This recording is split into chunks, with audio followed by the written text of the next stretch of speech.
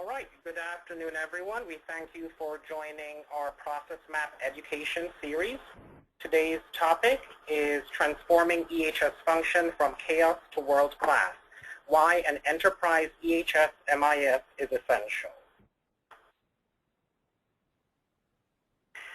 I will be your moderator for today. My name is O'Neill Williams. I am the Manager of Strategic Accounts at Process Map.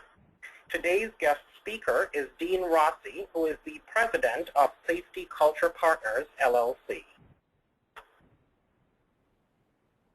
A few housekeeping items before we begin our webinar. All attendee microphones will be muted to prevent distraction.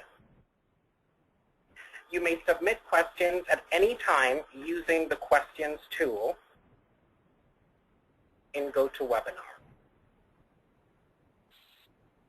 At the end of our webinar, we will have a Q&A session for attendees who would like to pose questions. Throughout our webinar, we will have several anonymous polls in which you may participate. After the webinar, we will have a survey follow-up for you to provide us with feedback on this webinar. And finally, at the end of the webinar, we will provide you with contact information for both Dean Rossi and Process Map. Now, to give you a bit of overview on Process Map as a company. Process Map is an industry-leading EHS, sustainability and carbon management, and compliance and learning management information system. Our customers utilize our platform in 90-plus countries around the globe and rely on our over 13 years of experience to provide them with an innovative and world-class solution. Process Map's mission is to empower customers with information to help them preserve the environment, create a safe workplace, and ensure the well-being of their employees. In essence, we help to remove the non-value-added administrative burden on EHS professionals. And a bit of an overview on our platform. Process Map has an integrated SaaS or cloud-based platform that comes with a comprehensive suite of modules. Our solution was built from the ground up with feedback from our customers. Our platform is Safe Harbor certified and supports 18-plus languages and 100-plus currencies, with automatic units of measure conversion. We have very broad industry experience working with companies in fields ranging from manufacturing to automotive to transportation. This slide shows a sample of a few of our customers. You may be familiar with names such as Goodyear, Coca-Cola, and Cardinal Health. The objectives of the webinar for today, Transforming EHS Function from Chaos to World Class, is a two-part webinar series. Today's webinar will focus on the corporate EHS function, the myths versus reality, what exactly an EHS management information system is, the evolution of EHS MIS, the journey to world-class status, trends and technologies in EHS MIS, and how to sell the initiative internally. We will conclude the webinar with a question and answer session. Part 2, on January the 16th, will focus on developing a business case using simple Six Sigma tools to gather and prioritize internal wants and needs, and the EHS MIS selection process, a step-by-step how-to guide. Now, to give you a background on Dean Rossi, he has 25 years of EHS experience at the site, division, and corporate level. He has held multiple EHS positions at GE Plastics, has served as the Global EHS Manager at Stanley Black & Decker, the Global Director of EHS for a division at Ingersoll Rand, served as the VP of Global EHS at XI Technologies, Dean also holds a BS in Industrial Hygiene from Purdue University, along with an MBA with an emphasis in organizational leadership and management. He is also a Six Sigma Black Belt. And now I'll turn the reins over to Dean, who will begin our webinar. Thanks, O'Neill. And I'd like to say good afternoon for those of you on the East Coast and the central part of the country, and good morning to anybody that's out in California still. I've just been taking a look at the attendance here that's joining us today, and I see many familiar names out there that have been on this journey with me throughout various stages of my career, so I want to say hello to the people that I certainly know out there. You know, us folks in EHS, you know, we're always striving to be better. We're always striving to get to world class. And we're going to describe world class is here in a little bit, but you know, I'm sure you, along with me, have been everywhere along this maturity path, from starting off early in our careers with just chaos. And chaos to me was, you know, when I started my career, where capturing stuff on you know, handwritten notes. We'd have meetings once a week asking who got injured, did we have any releases. Somebody was taking notes and tallying up that information.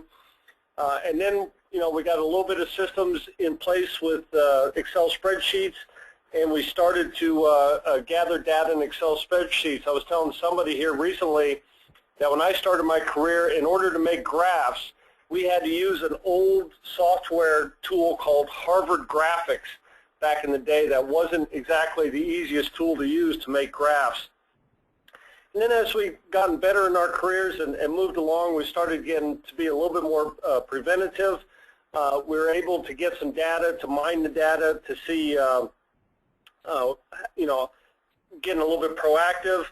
Later in my career, I got fairly good at being predictive and using the data that we captured in some Six Sigma tools to start being predictive, especially when it came to environmental pollution prevention devices, using some Six Sigma tools to understand when we may be starting to go out of compliance. So, you know, it's certainly a maturity path. We've all started off at chaos, and you know, we're all striving for world class. And today we're going to talk a little bit about how some of these information management systems can really help us on our journey to world class.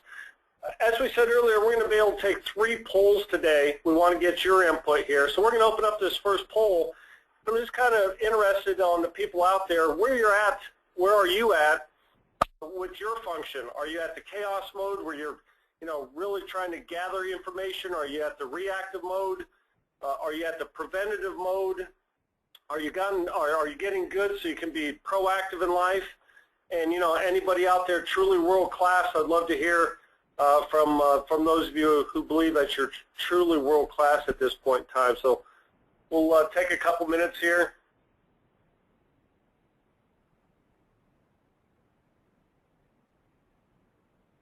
About half people voted, so we're just going to wait a second.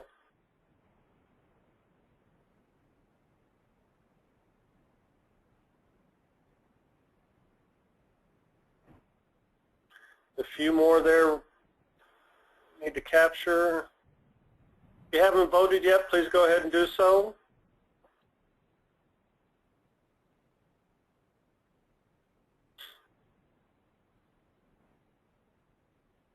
I'm just going to wait a couple more seconds here.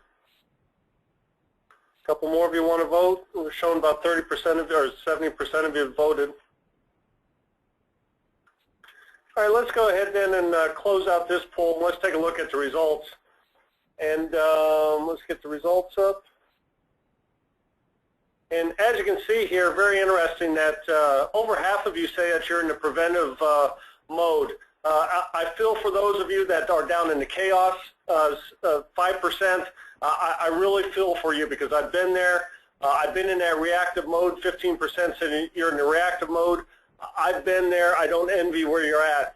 For those of you that are in the preventive mode, you know, congratulations, especially the 25% of you that are claiming that you're really in the proactive mode, because you're starting to get, you know, up that scale to maturity path. However, no matter where you're at in your maturity path, I think you'll come to find out at the end of this seminar how these management systems the technology nowadays can really help you advance, whether you're from chaos and reactive or all the way up to proactive, to truly get to world-class as we're going. All right, very good. So let's take a look. Let's step back a system a second. And here we go. Here we go. Let's talk about some myths and facts about the EHS function. Okay. Some of the myths are that we have abundant resources. We got plenty of people lying around. We got plenty of money to do things with. We've got plenty of time. People accuse us of not really knowing what's going on inside the bowels of our business. That it's a low-stress job. We have unlimited budgets. We have easy access to corporate IT people. In reality, what we all know, because we do this job day in and day out, is that we're a lean function, right? We don't have excess people. We don't have all the money in the world to do everything that we want. There's been additional responsibilities thrown in our laps, especially over the last 5 years. Most of the sustainability efforts have been tossed right to our laps, so those are additional things. There's been a lot of reporting requirements that we've never seen before, such as the Dow Jones Sustainability Index, the FTSE 4Good Index, that people are constantly asking us for data for these reporting agencies. And then, the regulatory requirements, right? In the past 4 or 5 years, we've seen more requirements coming out from the federal government, and not only more, but they're becoming more complex as the regulations go. We see that our stakeholders, our customers, the people who invest in our companies want to make sure that we're green along the way. So we're always then, providing data and information on our green processes. So, the facts of the matter is that over the last 5, 6, 7 years, we've gotten a lot busier and busier. If we take a look at who some of our stakeholders are, I always look at my stakeholders as my customers, right? When I was in the VP role and the director role of EHS, I had to report out to the board of directors. I had to answer to the executive management team. I had a staff underneath me of divisional and corporate EHS employees that I had to look out for. At the plant level, we have site EHS teams. The employees on the floor are looking at us to make sure that they're safe. So same way with contractors. The shareholders want to make sure that we're doing things right so that we continually run.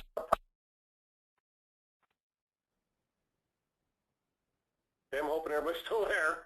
We just got a message from the system. And lastly, and what I've seen quite a bit in the latter parts of my career, is communities that surround our places of work are asking more and more questions. So at the end of the day, the leaders that we have to report to and the stakeholders really want simplicity, visibility, consistency, and accountability of the numbers. Okay? Let's talk a little bit more about our growing responsibilities. We talked about increasingly complex and diverse reporting requirements. The need for integration of data and data sharing with key suppliers and customers. I don't know about you guys, but with me, towards the end of my career, or not end of my career, but in my last roles that I had, more and more surveys from customers. Before, in the past, 3, 4 years ago, used to be 1- and 2-page surveys, and now these are these comprehensive surveys, 20, 30 pages worth of, asking about our systems and how we're green and our EHS performance and all those good things. So all those things are a lot of new responsibilities to us. A lot of reporting to various global and local authorities.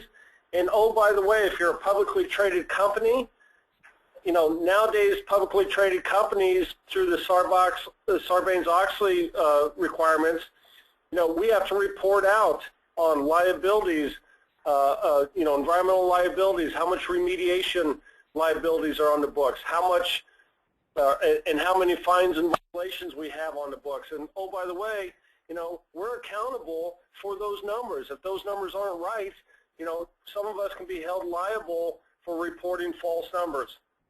So, and then we talked a little bit earlier about the green movement, that, people, everybody, all stakeholders are looking for their companies nowadays that they buy products from to be green. And as we said earlier, that sustainability reporting is rapidly becoming an added function to many EHS professionals. Some of the key challenges and drivers we kind of talked about, enterprise compliance. If you're a global organization, I can almost bet that most of you have requirements for global compliance, whether or not you're manufacturing in places in this world that don't have any regulations or not. There's still some enterprise minimal standard compliance. Moving manufacturing to low-cost countries. I always worried about, what are we doing over there? What kind of injuries are we having? If you don't have systems to have the visibility to that data, those are the types of things that kept me up at night. We already talked about sustainability, risk assessments. Before in the past, early in my career, all we worried about was lagging indicators. How many injuries did we have? Did we have any spills? Did we have any releases? Nowadays, there's a larger emphasis on leading indicators. And oh, by the way, now the things that we measure, because we're measuring now leading and lagging indicators, there's more and more things to measure, okay? So again, really without some sort of centralized database to manage this kind of information, it becomes tougher and tougher on us. So let's now talk a little bit about what an EHS management information system really is. There's a lot of terms and acronyms that we hear. We hear things like EMIS, which is, maybe an environmental management information system. You may hear EHS software, an EHS platform, an EHS web-based solution, an EHS DMS, which is a data management system, an EHS software. At the end of the day, all these acronyms are basically the same, and what this is just acronyms for an EHS information system or data management system. And these type of systems allows organizations to efficiently manage and track all of our EHS data and report out on EHS tasks and functions, everything, ranging from injuries to the chemicals we use to permit management and also sustainability reporting. Now, at the end of the day, think about your finance functions. Think about your HR functions. Nowadays, those functions wouldn't even think about trying to operate without some sort of centralized enterprise system, and yet many of us today do not have, EHS management systems to help us out in our day-to-day work. And like we just discussed, the requirements on us and the things that people are asking for from us is becoming more and more complicated. So at that point, this is a good point to take another polling question here. Question that we have is, which of the following is the biggest EHS challenge for your organization? Whether it's maintaining compliance, whether it's having the ability to data mine for reports, whether you have issues with visibility and transparency to the data, holding your people accountable, are they doing what they say? Or are you having issues with managing your EHS information and task management? So let's take a minute here to take a poll.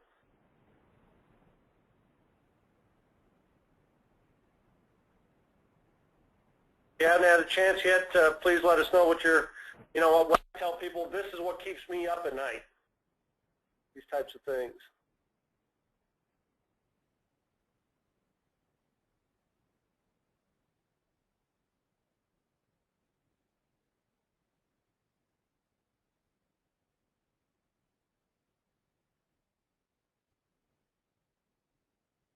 All right, just a few more seconds here. Got about 70% of the people. If you want a chance to vote here, please do so. A couple more seconds. All right, let's go ahead and close the poll, and let's share the results. And as you can see from the results, it looks like 30% of you, about a third of you on the phone, are having trouble maintaining compliance, and another 25% of you is having trouble, data mining for reporting.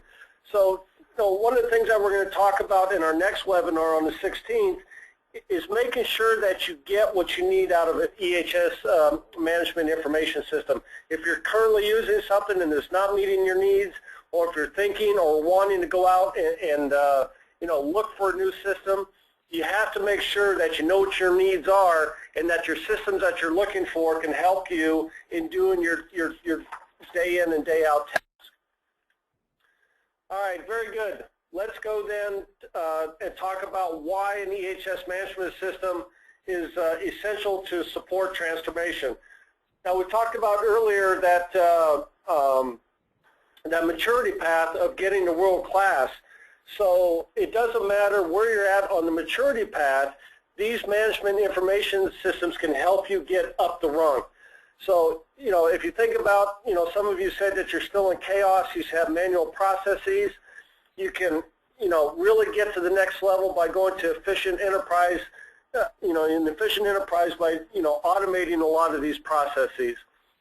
A lot of places, you know, if we have different divisions, if you're a company that's been put together by a series of acquisitions and a series of you know, starting new companies or starting new divisions, new plants, a lot of times we have inconsistent processes, right? Some people use Excel, some people use Lotus Notes, some people use this, use that. So you have no consistency, so you lose a lot of efficiency when you don't have consistency.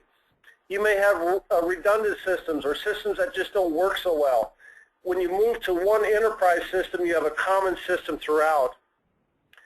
You know, that lack of or limited transparency to the data used to drive me nuts in my roles when I couldn't see the data. My boss would ask me, you know, what's our injury rates today? How many recordables have we had around the globe today? You know, how many more LTAs do we, you know, do we need before we don't meet our goals? Man, when you don't have a centralized system to look at that data, it was painful, you know, to be able to say, I don't know, let me go check, and I'd have to get on the phone and start calling people, asking them how many injuries they've had. Very frustrating. Knowledge in silos, right? If we have information sitting on everybody's laptop, their desktop, and not being shared, you know, that's a real sin in my book, that we're not sharing that knowledge across the whole enterprise. And then, you know, the worst thing is making decisions without the data, right? You know, people used to ask me, what's our leading cause of injuries? Geez, I don't know, right? When you're working off an Excel spreadsheet, very, very difficult to find that information. With these new systems, a couple of keystrokes, hang on 2 minutes and I'll get the information to you. And, you know, we can make informed business decisions that way. Without these systems, these new types of systems, very, very difficult to get to world class without these kinds of systems at hand. Let's talk about the benefits of some of these systems. First of all, from a data analysis, you can analyze trends. Where's our injuries happening? When are our injuries happening? How much are these things costing us? You have real-time reporting. You got prioritization of corrective action items. You know, the general counsel used to ask me, well, how many action items do we have outstanding that are older than 60 days? Well, without a centralized system, that's a nightmare to try to figure out how many action items we have open, you know, greater than any point in time, right? We can do corporate roll-up of data. And then the biggest thing to me was drilling down to the data to really understanding where our injuries were happening, our spills were happening, those types of things. We talked about transparency of the data, centralize the global EHS data. It eliminates the silos of information. And for the first time, we have data consistency, right? The other things it does for us is it holds people accountable. We have visibility into where, when, why, and how incidents occur. We have, you know, information now for sustainability reporting, right? Now we can be assured when somebody asks us, you know, when the general counsel asks us, hey, are these numbers correct? With a centralized system, we absolutely have the ability to say, yes, these numbers are correct. You know, we can answer the question, are we doing what we say, right? Are we doing the audits, right? With these types of systems, we can verify that we're doing that. And more than anything is, you know, we can identify who needs help out there. Maybe we have some sites struggling. If you don't have visibility to the data, we can get to those sites and give them the help, and better yet, we can find those sites that have best practices, and we can ask them to share those best practices. Compliance kept me up at night, right? When my boss asked me what kept you up at night, it was being in compliance. You know, in the latest administration, you know, there's been a lot of emphasis on regulatory compliance, right? You know, by having a system, these new systems nowadays, you can get pushed alerts and push reminders. For instance, if your OSHA log is due, you know, at the end of February, people should be getting a reminder at the 1st of February. If your Form Rs are due, you know, January 1st, people should start getting reminders. If you got audit items that are open or a permit that's coming due, you should be getting reminders in advance. The other nice thing is that, you know, it holds people accountable by uploading those documents when they're created to actually see that they're done. You can hold people accountable. The other nice thing is if they're not being uploaded and those boxes aren't checked, you can get escalation emails going to the plant manager, going to the president, you know, of the division, going all the way up to the CEO if we need it. If we draw a line in the sand and say, hey, we're not going to be out of compliance, these are the types of systems that help us. And these systems, more than anything, helps us reduce the administrative burden on our people. There was nothing more frustrating to me that when I was in an EHS role on a plant floor or in a divisional role or a VP role of having good, qualified, trained EHS people sitting in front of a computer entering data when they should be out on the plant floor, talking to people, understanding how it can help the business get better as we go. The administrative burden to me was just a crime for our EHS people. All right, let's talk a little bit about the evolution of EHS management systems. I know some of you out there have been in the same shoes with me. You know, back in the early 90s, you know, when Excel came out and some of those things in the late 80s, early 90s, this was the first time that we could actually put our information, you know, in some sort of spreadsheet, right? You know, we had documents that we could type up our procedures, our SOPs. And at the time, as we all know, we put those things in 3-ring binders. We put them in filing cabinets. We put the binders up on the bookshelves. They collected dust. And, you know, the world was good because the first time that when a regulatory agency showed up, we had some typed up written stuff that we could show people. But it wasn't shared anywhere. It stayed in usually the safety manager's office or the environmental manager's office, and it was never shared. And then for some of us in the late 90s, the light bulb went up on and we started working with our IT people, and we started to say, hey, can you help me build some sort of database, right? And we used a lot of Access. We built a lot of simple Microsoft Access databases to help us collect some of this data. These things were internal. They were homegrown. You know, in one of the places I worked at in the early 2000s, it was really cool because we had a EHS guy that had a programming background. We built our own system internally, right? So I'd ask him for a few changes. Yeah, Dean, I can do that. Come back a few days later, make the changes, and all was right in the world. Well, it was really neat that we could make those changes on the fly, but, you know, we were really hampered then, too, that we had a one-off, standalone system that, you know, wasn't really supported, was held internally, could have crashed at any time, and we could have lost all of our data. If we take a look at today, all these systems are pretty much up in the cloud, right?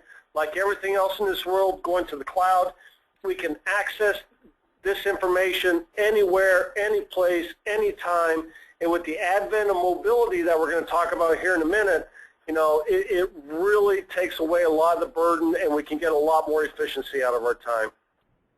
You know, bottom line, world-class organizations understand that having an enterprise EHS platform gives them a competitive advantage and helps them on their journey to achieving outstanding EHS performance. That's what it's all about.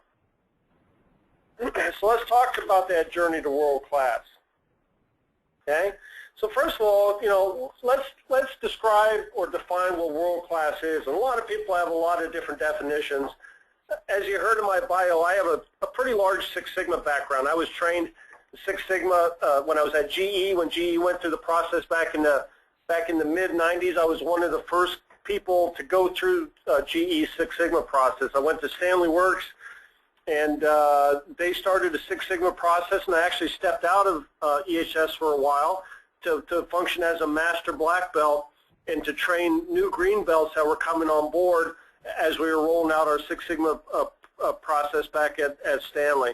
Well, I went to American Standard after that. Sure enough, they had their own Six Sigma process. I went through their training, did my projects there too. So all during my career, I have a very detailed Six Sigma process. And to me, folks, wonderful tools to help get to world class. I use the tools still to this day, every day. And in our next webinar on the 16th, I'm going to show you some very simple Six Sigma tools that you can use to help you find out, to get the right vendor for you. So let's talk about a little bit what we talked about in Six Sigma called entitlement.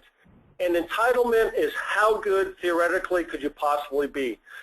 We can think about entitlement, think about the electricity in your home. You know, what's your expectations about electricity being on? What's entitlement?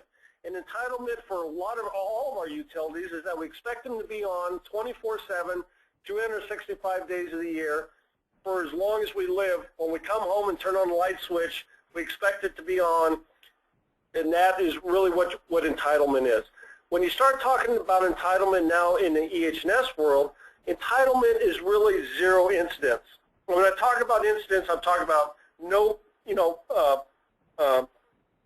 releases to the environment, no injuries, no permit exceedances, right? Zero incidents. If we have zero incidents, especially from the safety side of the house, we should really be seeing zero workers' compensation claims and costs associated with it. We should be in compliance 24/7. We should have real-time visibility to our data and to our performance. We should be in the predictive and proactive mode rather than in the reactive and chaos mode. We ought to be focusing more on leading indicators, measuring and creating programs and processes to really improve leading indicators, and lagging indicators should pretty much go away. And at the end, we should be building a true culture of EHS throughout our organizations. You know, bottom line, a world-class EHS organization should be viewed as should not be viewed as a final destination, but rather a continuous journey of continuous improvement. All right, some of the things that an enterprise-wide EHS platform can do for us, you know, it can really facilitate cost reduction. We can get a lot of process consistency.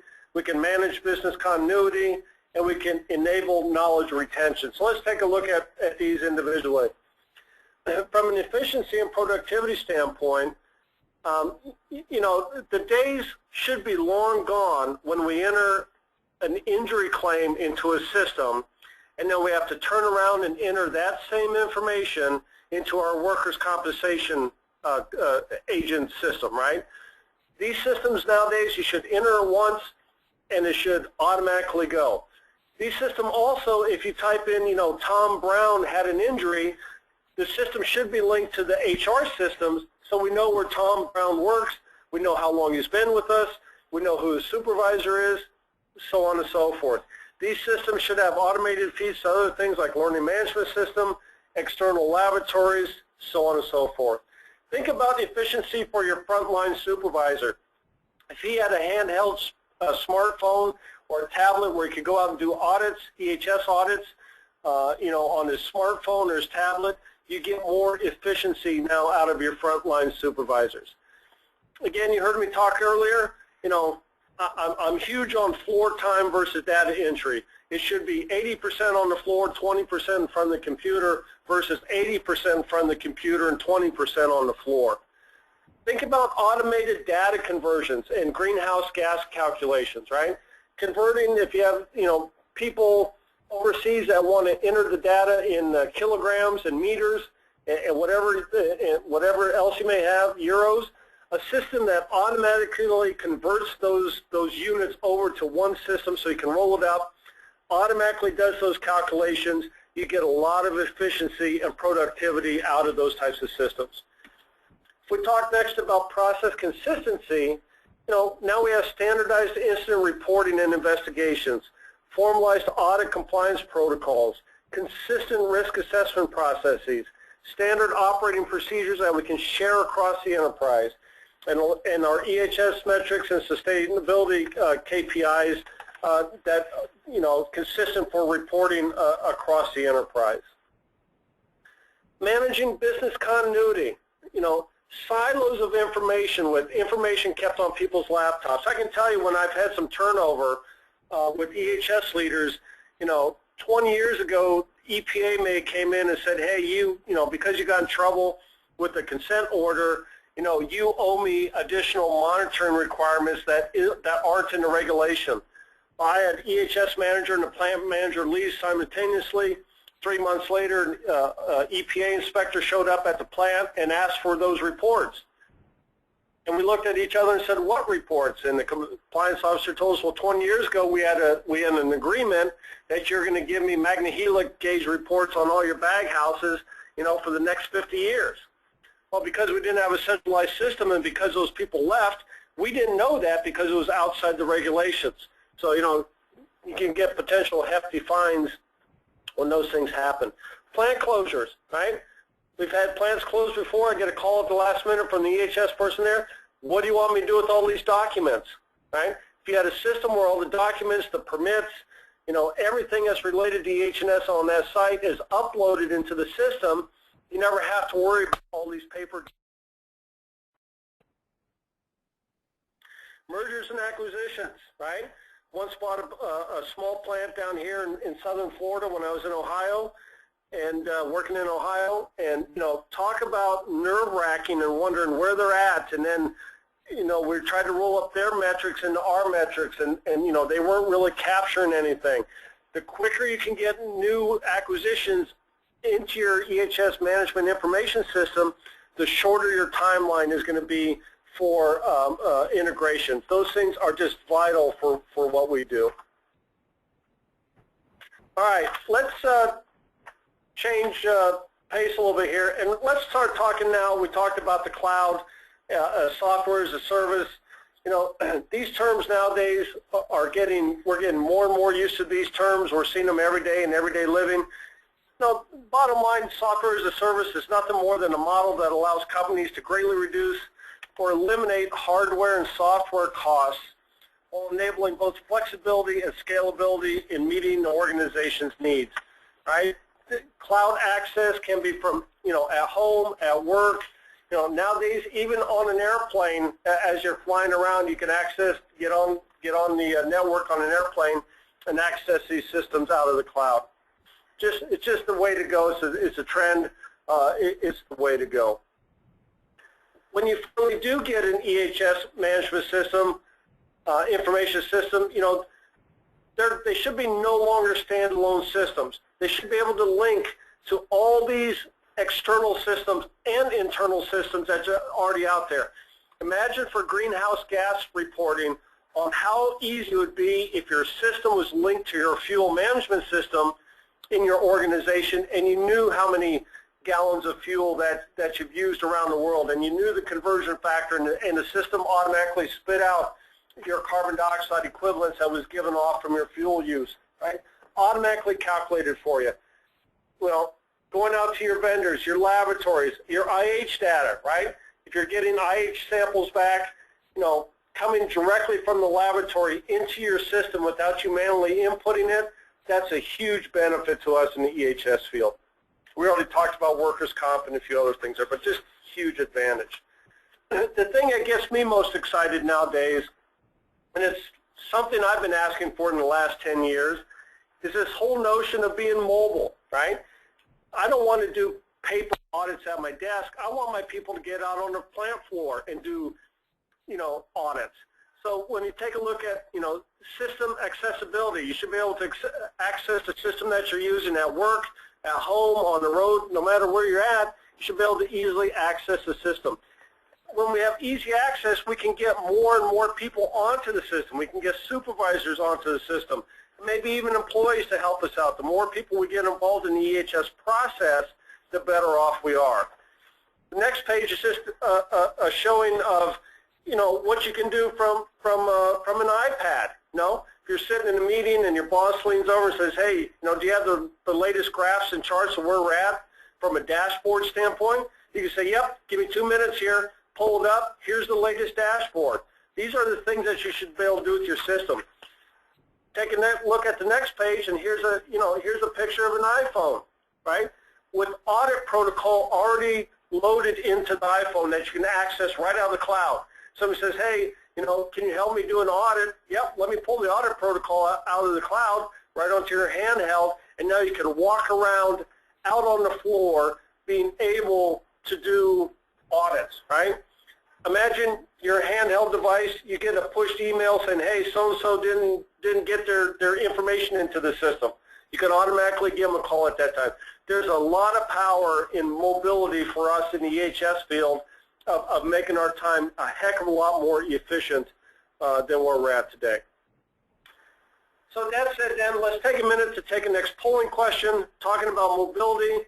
What I'd like to know from you guys is which of the following EHS tasks would you be most interested in managing on a mobile device? Is it performing your audits, completing and verifying action items, closing out tasks, incident reporting investigations, or performing risk assessments? Let's take a minute here.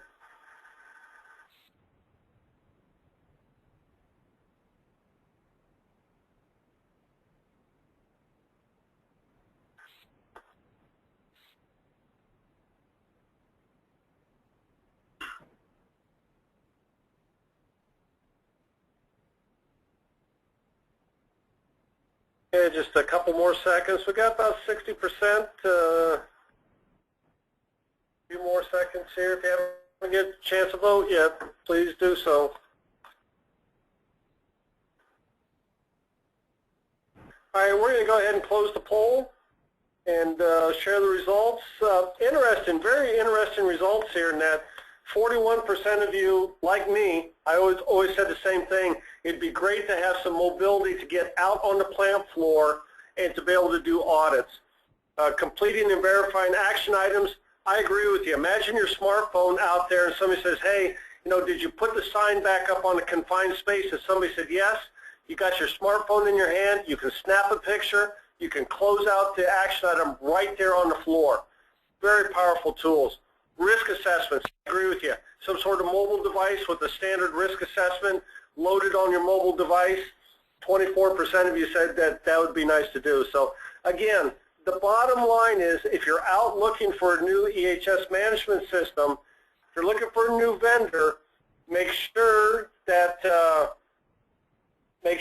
you have the capabilities to do these types of things real time. All right, we're going to get the presentation back up. Hold on a second, we're just having a technical difficulty here.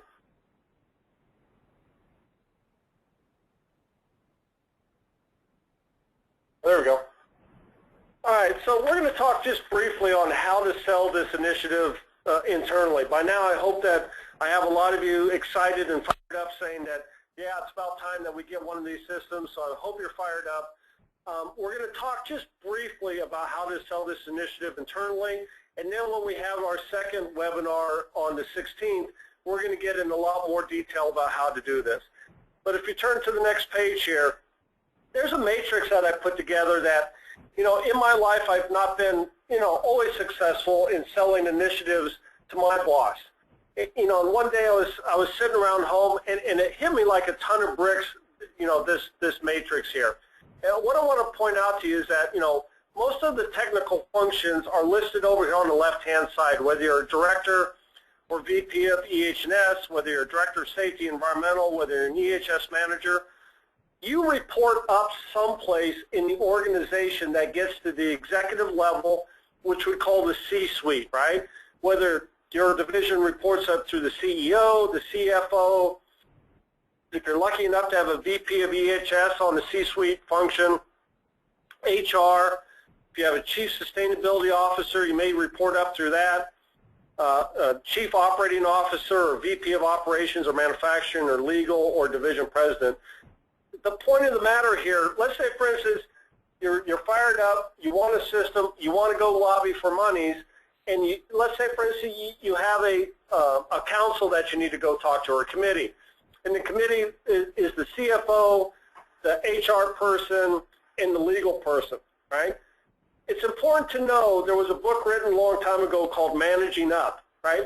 You really have to understand what's important to your boss and to the people that you're reporting to be able to speak their language. For instance, if you're going in and talking to the CFO, you really need to be talking about profits and money and risks, right? If you're talking about people and compliance, CFOs, they got other things on their mind.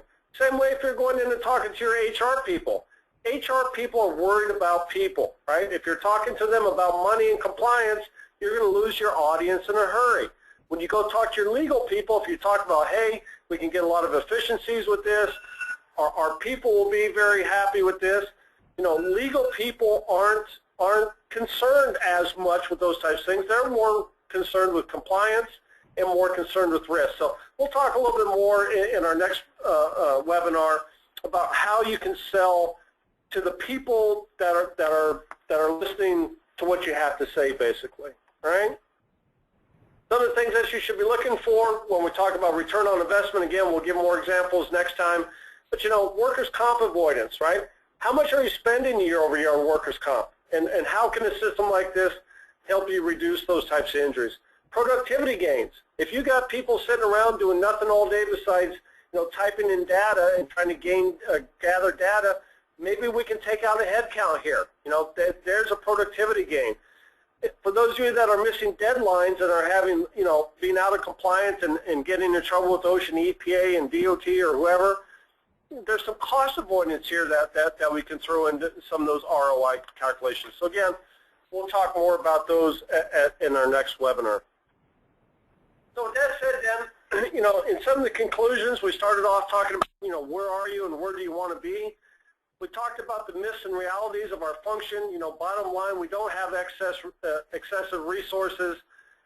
You know, we're asked to do more with less like everybody else. If we don't have systems, it's really hampering us. We talked about what a system is, right? And that an enterprise-wide global platform is to manage all of our EHS information, our requirements, our permits, our data, and to be able to get the information back out.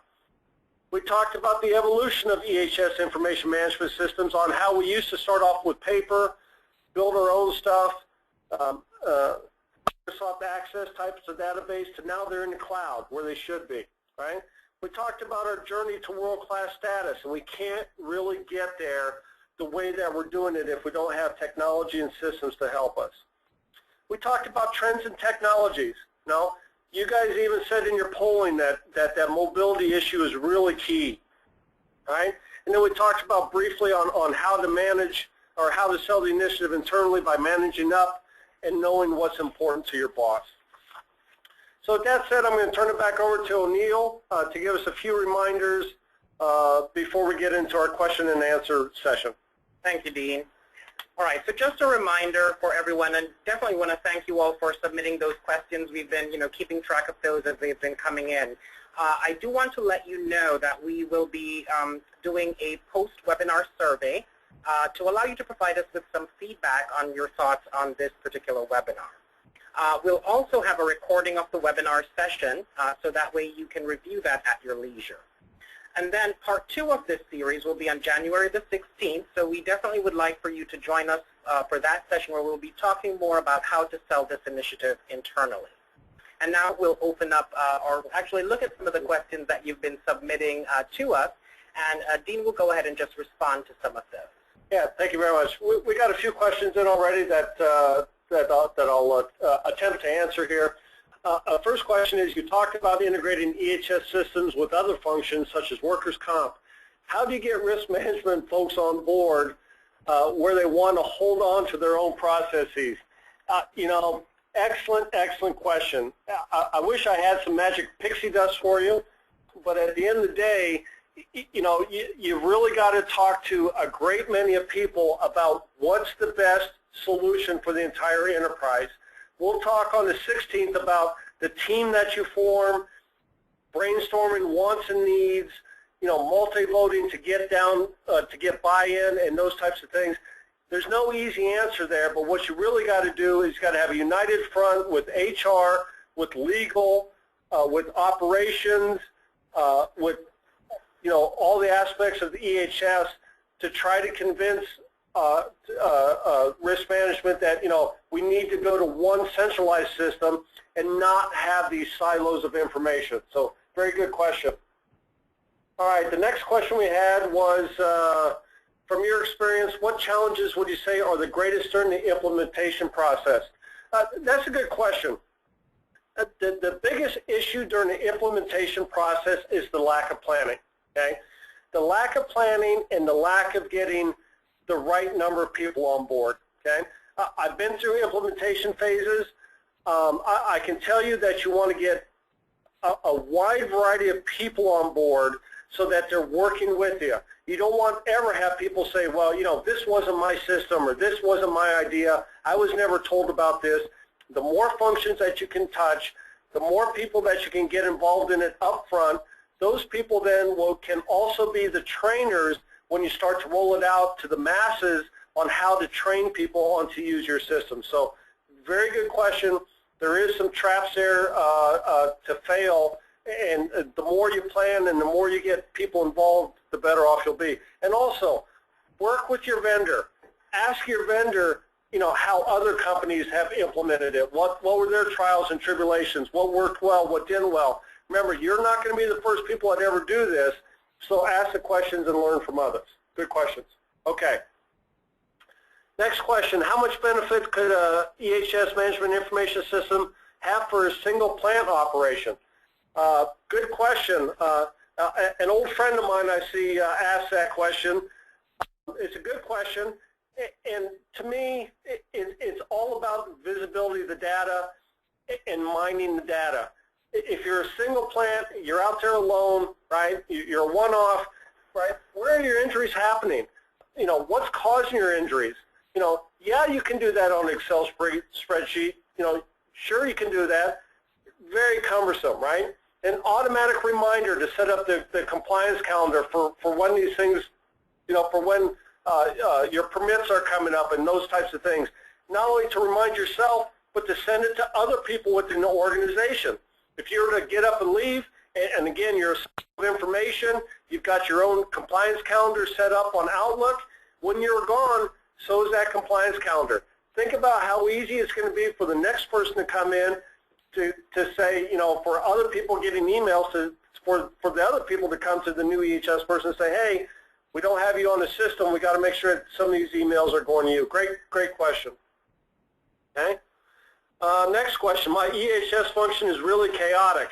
I hear you right now. Do you think that I should first focus on establishing a process, or should I implement an EHS management information system? Well, to me, when I hear that, your EHS management information system is your process, okay? I would say bite the bullet, look for the right vendor, get a system in place, because that management system, that technology is going to be your conduit then for everything that you do, to manage everything that you do on a day-in, day-out basis. Good question. How do we get IT on board while we're thinking about an EHS platform? Another excellent question. And I can tell you the last time I went through this, the selection process, I knew that I had to get a wide variety of people on board. Because let me tell you what the worst thing is to do. The worst thing is to do this kind of work with the vendor, spend months and months and months working with the vendor. All of a sudden now you want to implement it and you got people throwing up roadblocks, right? If you didn't involve the HR people, they're going to ask you about, you know, is the data safe harbor? And now if the vendor you picked isn't safe harbor, you just lost 6 months of your life by not getting the right people involved. So you've got to get all these functions involved in the process and on the team from the get-go. And we're going to talk a lot more about team structure, what their roles are, and how to manage that team and how to engage that team. So at the end, it's going to be slower in the beginning because you've got all these functions that you're going to have to coordinate with. But in the end, nobody will stand in your way when it comes time to implementation. Very, very important. Okay? Another question here, how do we sell the value of the system to the leadership team? We have seen support for the concept, but not the funding. You know, that's a very good question. You know, we'll talk a little bit about, you know, we'll talk more about ROI. Some of those things we can talk about. That again, when we're talking to the leadership team, who are you talking to? Very important to know who you're talking to. If you're talking to your HR person on the leadership team and you're talking about compliance, you've lost your audience, right? If you're talking to your CFO and you're talking about, oh, we don't want to get our people hurt, granted we don't, CFO doesn't correlate people hurt with money, right? So again, we really got to package our presentation and our sales pitch to the audience that's hearing it, right? You got to take all those things that we talked about today about more and more requirements and efficiencies, and you got to sell the benefits of what a system can do for us in the event of turnover, plant closures, acquisitions, all those types of things you got to talk about. Good questions today. Let's see here.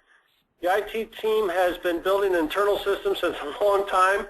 Any advice on build versus buy covered in part 2? We're not going to really cover that much in part 2. I can tell you though that I've been involved in building. I built 2 systems. I didn't build it, but I was involved in building 2 systems at 2 companies. Yeah, they work well, but you got to go back to your business and say, really, is this our core competency? Is it our core competency to really build systems, or there's professionals out there that have this stuff off the shelf and out of the box that we don't have to reinvent the wheel to do this ourselves? We're not an efficient enterprise when we're doing these things that other people can do for us. Okay? Let's see here. You mentioned about part 2. Can you take a minute to tell us a little bit more? Yeah, good question. In part 2, we're going to start off by reviewing that matrix on who you report to, how to sell the initiative to those people. We can talk about, doing a little bit of a sample ROI.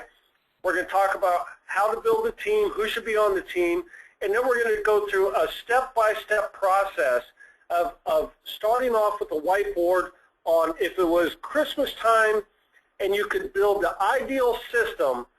We're going to brainstorm all those things that you'd want in an ideal system, and we're going to generate a scroll full of items, right?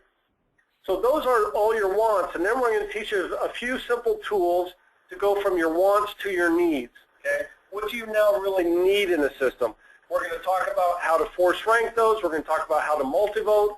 We're going to talk about doing an RFI out to your vendors who can provide this stuff.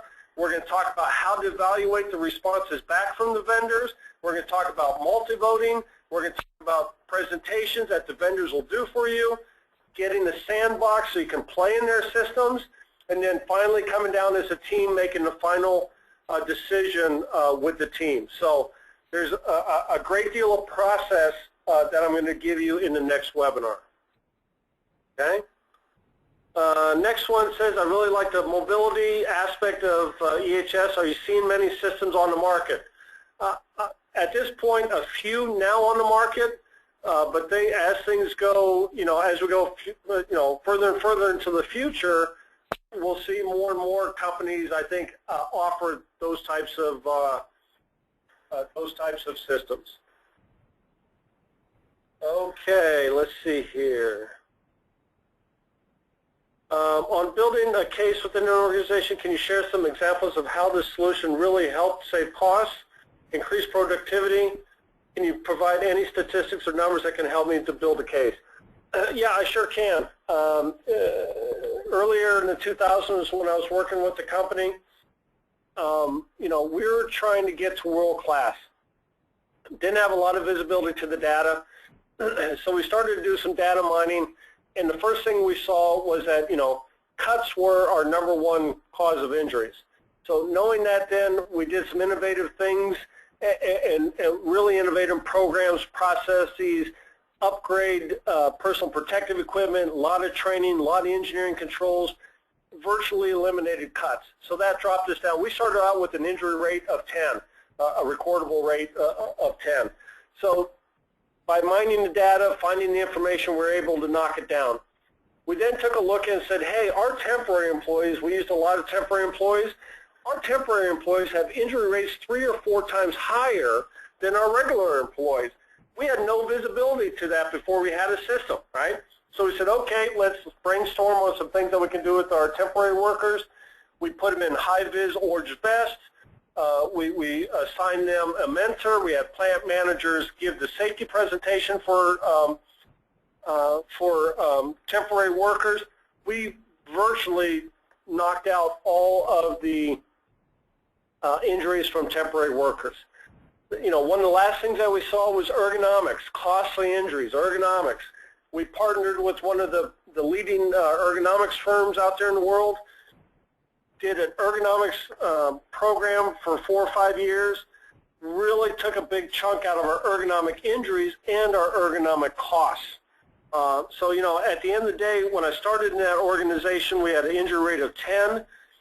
6 years later, when I left that organization, we had a sustainable injury rate of right around 1. So, without these types of systems and knowing where your injuries are occurring and where your out of compliance situations are, you don't have the data. I was showing the people here some work I did back in 2002 on optimizing wastewater treatment plants. I got the data out of our system, understood what our results were against our permit limits. I calculated the CPKs of all of our effluents that we had a permit limit on, and I went and I showed management where we have trouble staying in compliance. I showed management that on some of our systems, for some of the other effluents, we on average were out of compliance once out of 3 days. 1 out of every 3 days we're out of compliance. When the leadership team saw that data and understood that data, the checkbook came flying open, okay? And we went and we fixed a lot of those systems. So, having the data to be able to present it in the way that the leadership team understands it is half the battle. Without these types of systems, you're dead in the water. Okay, so great question. Next question, going from chaos to world class is really difficult in a large organization, but we see many sites are world class. What is your perspective on accepting the fact that large companies can't be interclass worldwide? Honestly, and people out there know me, know that I wear my heart out on my sleeve, I honestly don't believe that, okay? If you have 1 or 2 sites that are at world class, what are they doing, right? One of the better things that GE did when I was there is at the time under Jack Welch when I was working there, Jack was very big on telling people if you're at the bottom and you're horrible and there's a place out there in this world that's good, get your butt on a plane and go spend 2 or 3 days at those locations where people are good. Talk to people, find out what they're doing, understand, find those few things that they're doing well and replicate those things elsewhere. We used to call it stealing, stealing with pride, stealing what other people are doing, their best practices with pride. So no, I worked in large organizations. I don't believe that a larger organization is hampered. I just think that, to me, it's find and fix one piece at a time. Start by doing your Pareto analysis, right? Who's your worst site out there? Who's your best site? Good. Go yourself. Go spend 2 or 3 days talking to people on the floor at the best site. Get on a plane, go talk to 2 or 3 people, or spend 2 or 3 days talking to people at the worst site. You'll find out in a hurry what the difference is, and from there you can start implementing programs and processes to make those changes. So I don't believe that at all. It's a good question, but you just need a little paradigm shift there. Next question. Based on your experience, are there industries that are progressive and certain industries that are lagging in the maturity of EHS function? Luckily, none that I've worked in. I've heard horror stories and rumors of, some industries that, believe that they're bad and always want to believe that they're bad. Again, to me, it's mindset. I don't believe it. That may be, the process. My first place I went to work right out of college, it was a nasty IUE union. Been there since 1947. Sometimes not the best labor management relationships. I threw all that crap aside. It didn't matter to me. What mattered to me was people. And I was hell-bent. It wasn't us versus them. It was, we're all in this thing together. So, I took the right mindset and the right attitude, and I attacked it from that standpoint. So, don't let those, I call those are excuses. Those aren't really reasons. Those are excuses. Okay? All right, great. Thank you very much for that, Dean. All right, so just want to thank you all for attending this Process Map Education Series. Remember again that we have our Part 2 on January the 16th, and we hope you'll be able to join us for that. We'll conclude the webinar by providing contact information If you want to reach out to us here at Process Map to learn more about our company, our platform solution, certainly feel free to do so. If you would like to contact Dean Rossi, his email is there. Certainly feel free to reach out to him as well. So again, thank you all and happy holidays. Thank you.